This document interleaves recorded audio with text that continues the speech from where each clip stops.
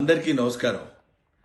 నేను ఇవాళ పొద్దున్నే నిద్ర లేవగానే ఒక వీడియో చూసుకుని నవ్వుకున్నాను.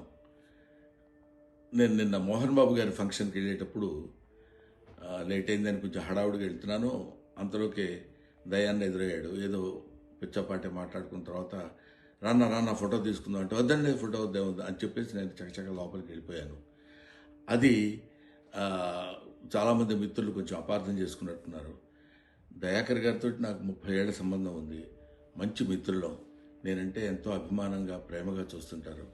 మేము కూడా ఎంతో మాట్లాడుకుంటాం, ఫ్యామిలీ ఫ్రెండ్స్లా ఉంటాం.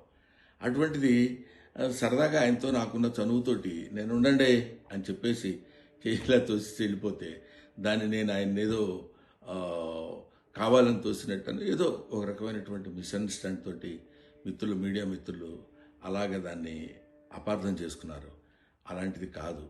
ఆ తర్వాత కూడా ఫంక్షన్లో నేను ఆయన చాలాసేపు మాట్లాడుకున్నాం, అంతకుముందు మాట్లాడుకున్నాం, ఫంక్షన్ అయిపోయిన తర్వాత కూడా మేము మాట్లాడుకున్నాం. కానీ ఇది పొద్దునే చూడగానే ఆయన నేను చూసుకుని నవ్వుకున్నాం కూడా. ఇది చూడడానికి మిత్రమా ఇట్లాగా అనుకున్నారు అన్న, ఇట్లాదే దీన్ని మిస్అండర్స్టాండ్ చేసుకున్నారని ఆయన అంటే నేను కూడా ఎంతో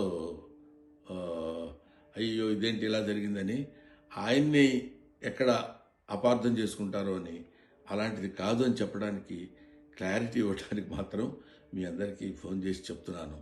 దయచేసి అలాంటిదేం లేదు, మిస్అండర్స్టాండ్ చేసుకోవద్దు. ఇన్ని సంవత్సరాలుగా ఆయనకి మాకున్న అనుబంధంతో మేమిద్దరం సరదాగా అలా మాట్లాడుకున్నాం తప్ప వేరే విధంగా కాదు. నమస్తే.